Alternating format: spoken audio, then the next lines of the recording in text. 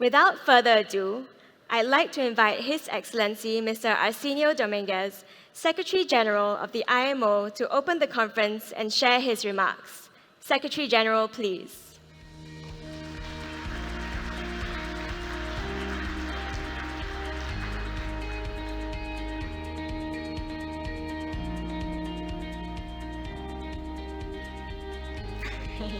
Thank you.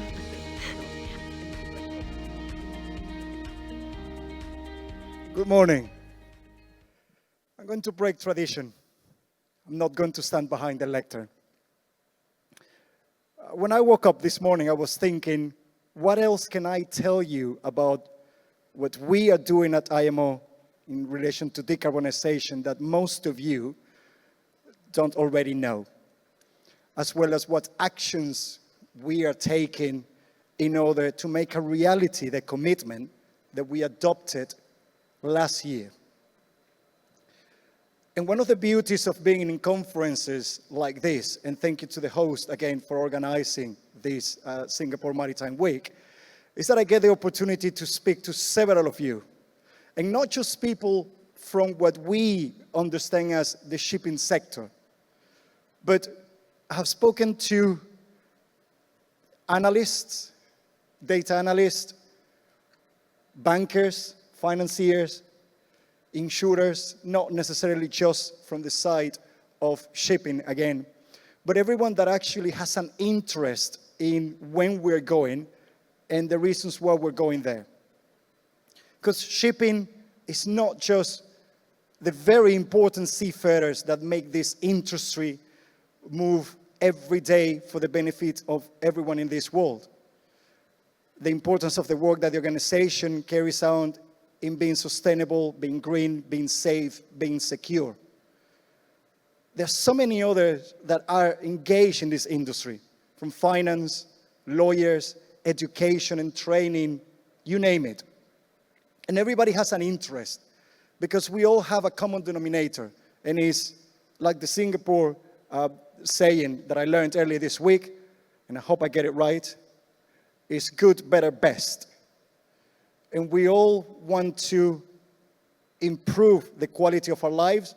We all want to save the planet because we are experiencing the negative impact of climate change.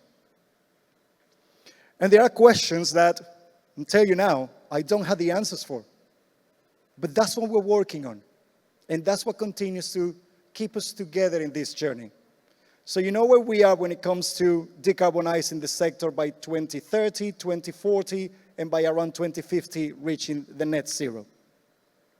You know the actions that we're taking in relation to the different type of fuels that have been tested right now, where we are analyzing and introducing the safety measures for their handling, as well as the training requirements that the people will need, not just the seafarers on board, but those ashore as well. How we are working together with other sectors, ports authorities, the energy sector, and other United Nations agencies. It's actually good as well for us, for our sector, that COP in Dubai last year agreed to transition away from fossil fuels. So that's again signal that we're all on the right track. And that's what we're doing at IMO. Evaluating right now and assessing what will be the impact of the measures that we're going to adopt next year. At the same time, how we're going to help the countries, in particular those small islands, developing states and least developed countries that will need more assistance than others. And this is a continuous work for us, something that we are experts on. We do it for the environment, for safety, for training, facilitation of trade, etc. And then we start putting all the pieces together. And let's take digitalization, which is one of the key topics for this week. And from the energy efficiency emissions that we have introduced just over a decade ago, when we as a sector starting to demonstrate our commitment towards sustainability and saving the environment, there are many digital tools now and digital actions that can be taken to further enhance the efficiency of ships ahead of the next change, which is the zero or low carbon fuels. And it's taking advantage of that and how we can put in place actions that will start translating into the results. One example is the project that IMO is running right now with our host Singapore, the next GEM project, that actually translates into green and efficient navigation. So we're combining what actions can be taken in relation to the advancement of technologies when it comes to green navigation, but also the practices that can be put in place to actually be greener. I learned yesterday that there are sectors within shipping and companies that just by introducing these, what is called low-hanging fruits, are actually ahead already of projections to be ahead of the targets that we have set up for 2030, which is reducing GHG emissions by 20, aiming to 30% in just over 6 years. But that demonstrates that it can be done. And this is what we need to continue to focus on the positive aspects of this transformation. Because if you wouldn't believe in it, if you wouldn't agree that we have to do it, that is also our commitment, that is from our own benefit, we probably won't be here today. We continue to see each other and we continue to discuss these topics. I can't give you, because you keep asking me, and I'm sure that you will continue to do so. I can't give you the silver bullet that is just going to fix everything right now. You will continue to ask me which is the fuel that I have to go for, which is the technology. But we made a decision at the organization. And we're going to trial the new fuels and the new technologies.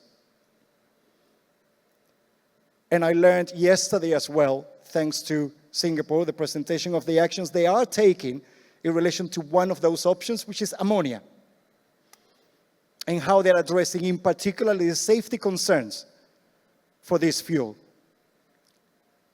We're working on methanol as well. And there's already training that it's being developed in this respect. Because we need to be ready in all aspects when the time comes to start taking those giant steps on this transition. Then is the markets-based mechanisms, the pricing mechanism that we're developing at the organization. How are we going to distribute those funds? That's one of the questions that I continue to get asked about. But we need to do the analysis, because we need to be ready to support those that need that, to actually support the ones that are taking actions right now,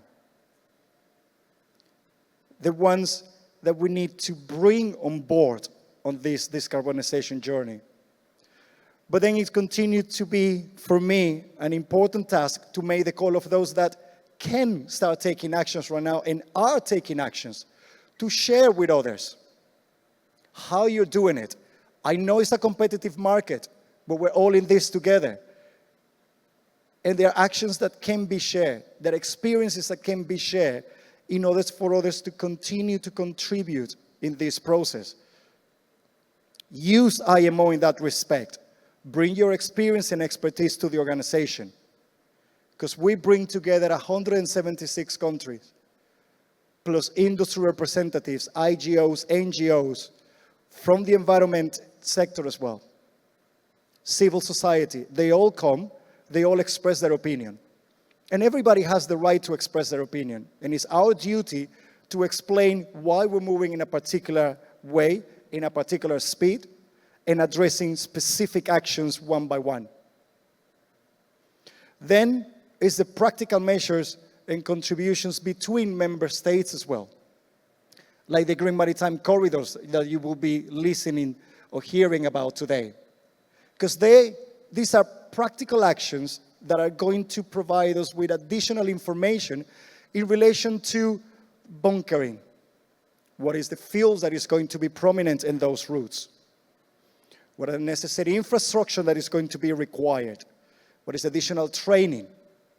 Are we going to continue to operate the way that we do right now, in sailing really fast and then wait? Or are we going to turn around and actually, using digitalization, slow down and then be fast in port? So all this is part of the process that we are ongoing right now. Is it challenging? Yes, it is. Because otherwise, I would have gone back to my earlier comment and to have a magic wand and give you the answer. Is it interesting? It is. Because we keep evolving as an industry. We keep getting better. We keep addressing the competition from other sectors as well. And why not? Let's look at what they are doing and copy the good actions. We don't have to invent everything. They are facing the same challenges that we do. They need to decarbonize, they need to be sustainable, they need to be more diverse, more transparent. So this is our time to continue to support the sector, to support seafarers. We keep saying that we're resilient, and we demonstrate that we're resilient. But let's take the actions to do so. There will be other type of obstacles, like geopolitical situations that we're facing right now, that are unforeseen when we initiate our journeys. But we have to address them. That doesn't slow us down. That just makes us aware that we need to be ready and prepared and proactive to react very quickly, just as we did during COVID. But not many were expecting us to do that. Just as we did last year when we adopted a strategy at IMO, and there were many doubting that that was going to be the case. I wasn't one of those, by the way. I was always convinced that we were actually going to revise the strategy and enhance the objectives and the levels of ambitions. And we did. But it's time to stop patting ourselves in the back because of that. It's going to be a year old in a few months. Let's just focus on, as he said this week, on the actions to meet those ambitions. And you will think that it's, for me, just something to do day in, day out, because it's my job. But it's not. I came to this industry because I fell in love with it when I was young, and seeing the ships navigating through the Panama Canal. I then came into the industry to work and saw how varied it is, how interesting it is, how diverse can be. So I'm doing it because I care, and I'm sure that you care too, otherwise you will not be sitting here listening to me probably for the 5th time this week. So, in closing, we are on the right track. We still have to find a few more answers, but we will get there. Is it going to have some cost? It will, but that's what we're working on, to actually make this as smooth as possible of a transition. But we have a commitment, we have a duty, we have a responsibility. I can tell you that I will continue to lead the organization to achieve its goals, not just on the environment, but with every other single aspect that we address there. I will continue to support this sector and will continue to support everyone in the maritime world. But I'm also ready to push you whenever I think that you are not committed enough or you're not delivering enough. So it's a challenge for both of us. You challenge me and I'll challenge you back. And in that way, I'm sure that we will digitalize the sector to support the transition, to make it safer, to support the seafarers as well.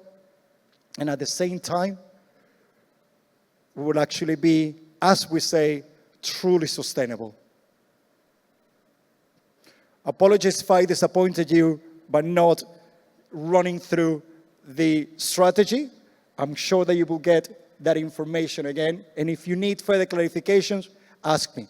Because that's the part that I love about my job the most, is having the conversations, having the dialogues, and being able to both express opinions from my side and from your side, and understand each other better.